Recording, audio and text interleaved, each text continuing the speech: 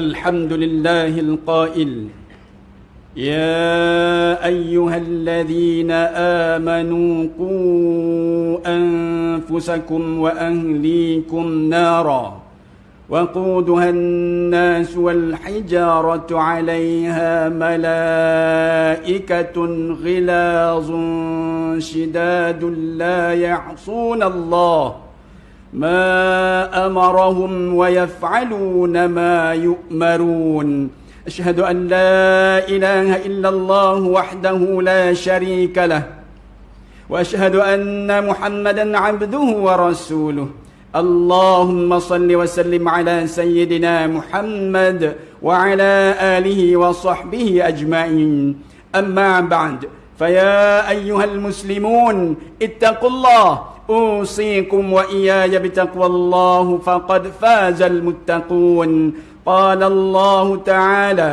يا أيها الذين آمنوا اتقوا الله حق تقاته ولا تموتن إلا وأنتم مسلمون.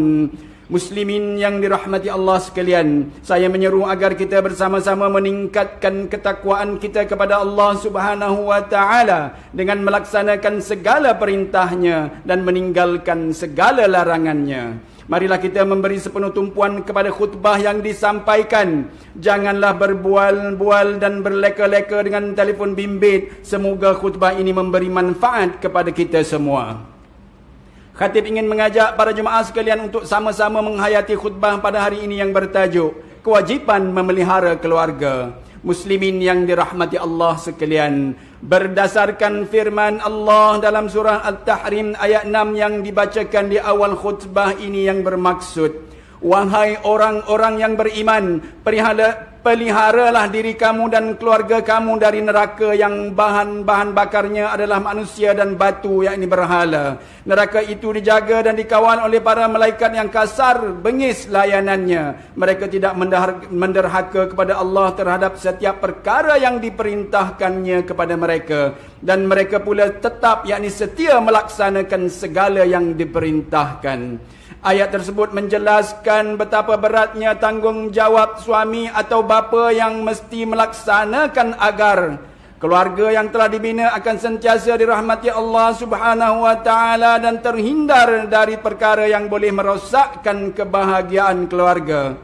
Sebagai seorang ketua keluarga sebagai seorang ketua dalam sesebuah keluarga, kitalah yang menentukan hala tuju ahli keluarga kita sama ada bakal menghuni syurga atau menerima azab neraka di akhirat kelak.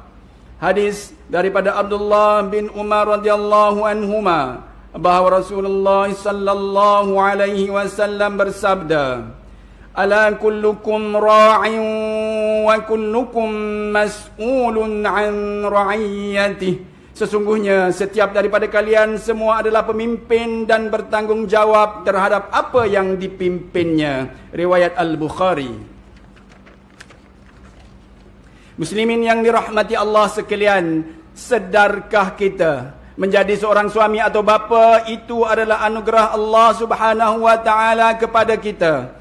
Ahli keluarga kita sama ada suami, isteri, ibu bapa dan atau anak-anak, semuanya mempunyai nilai tersendiri dan Islam menuntut kita untuk menunaikan kewajipan yang perlu ditunaikan terhadap mereka. Menurut ilmu Al-Munzir, Sayyidina Ali karramallahu wajhah pernah berpesan, ajarkanlah diri kamu dan keluarga kamu tentang kebaikan dan didiklah mereka.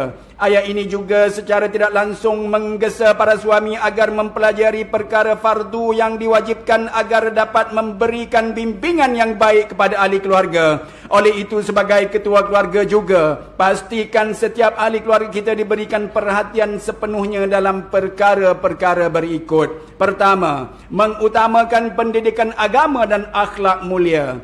Penekanan dalam soal pendidikan agama terutamanya beriktikad dengan akidah ahli sunnah wal jamaah, mempelajari dan mengamalkan syariat Islam serta berakhlak mulia seperti akhlak baginda Nabi Muhammad sallallahu alaihi wasallam adalah sangat penting agar tidak ada ahli keluarga yang terlibat dengan sebarang ajaran sesat yang merugikan kehidupan di dunia dan di akhirat. Individu yang berakhlak mulia dapat membentuk ahli keluarganya hidup berkasih sayang, tolong menolong, hormat menghormati dan mengutamakan sikap toleransi. Kedua, kewajipan memelihara isteri dan anak-anak.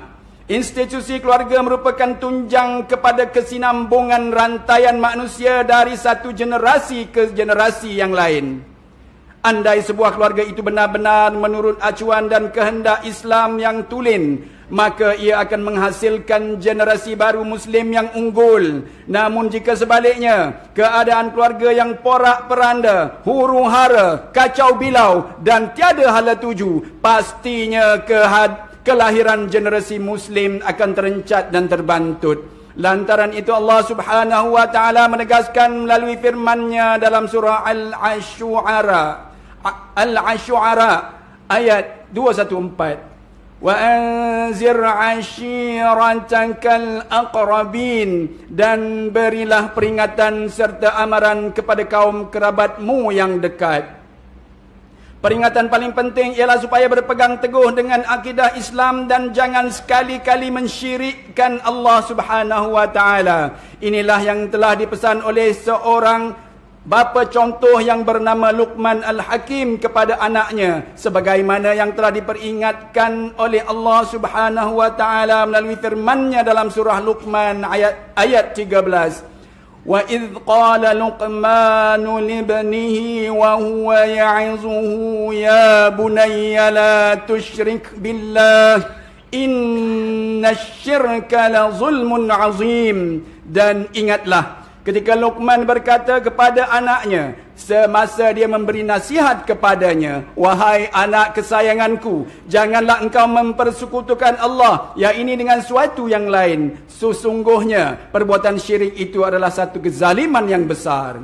Ketiga, menghidupkan suasana agama Islam dalam rumah tangga. Sebagai ketua keluarga, kita sewajarnya menyedari bahawa keindahan, ketenangan, kebahagiaan dalam keluarga sudah pasti dapat dirasai apabila seorang suami, bapa, isteri, ibu dan anak-anak hidup dalam suasana kehidupan beragama yang dapat diterjemahkan bersama seperti solat berjemaah, membaca Al-Quran, zikir, mengadakan majlis ilmu, menghidupkan solat malam, berdoa bersama dan sebagainya. Yakinlah Allah Subhanahu wa taala akan menurunkan rahmat-Nya kepada keluarga seperti ini, yang akan menjamin sebuah kehidupan yang bahagia dan tenang. Firman Allah Subhanahu wa taala dalam surah Ar-Rum ayat 21.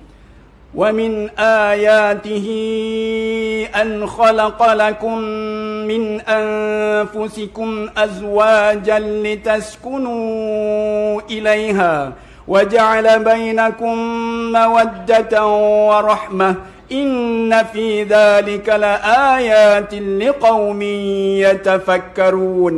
Dan di antara tanda-tanda yang membuktikan kekuasaan dan rahmat-rahmat-Nya ialah Dia menciptakan kepada kamu, wahai kaum lelaki, isteri-isteri daripada jenis kamu sendiri, supaya kamu merasa tenang dan hidup mesra dengannya. Dijadikannya di antara kamu, yakni suami isteri, perasaan kasih sayang dan belas kasihan. Sesungguhnya yang demikian itu mengandungi tanda-tanda kekuasaan bagi orang yang berfikir. Keempat, bijak dalam menguruskan keuangan keluarga. Bagi memastikan matlamat kebahagiaan keluarga dapat dirasai dan berkekalan, antara perkara lain yang perlu kita berikan perhatian juga ialah menerapkan hal ehwal pengurusan keuangan keluarga yang baik, seperti mengawal perbelanjaan yang perlu. Anak-anak dididik agar berhemah ketika berbelanja dan bersedekah, serta mengamalkan sikap berjimat cermat dan membuat simpanan untuk kegunaan di masa hadapan. Semua perkara ini perlu difahami oleh setiap ahli keluarga demi membina dan membentuk sebuah keluarga bahagia dan harmoni, bukan sahaja di dunia, bahkan di akhirat kelak. Hadirin Jumaat yang dirahmati Allah Subhanahu wa taala sekalian, mengakhiri khutbah pada kali ini, marilah kita sama-sama mengambil pengajaran dan penghayatan daripada khutbah yang telah disampaikan. Antaranya, satu, keluarga adalah merupakan suatu anugerah yang besar daripada Allah Subhanahu wa taala dan amanah yang berat kepada kita. Kedua, kita hendaklah memastikan setiap ahli keluarga dididik dengan pendidikan agama dan akhlak untuk kecemerlangan dalam kehidupan di dunia dan di akhirat. Ketiga, membina keluarga yang bahagia bukan sekadar untuk kehidupan yang bahagia di dunia semata-mata, tetapi demi kebahagiaan di akhirat yang kekal abadi. A'udzu billahi minasyaitonir rajim.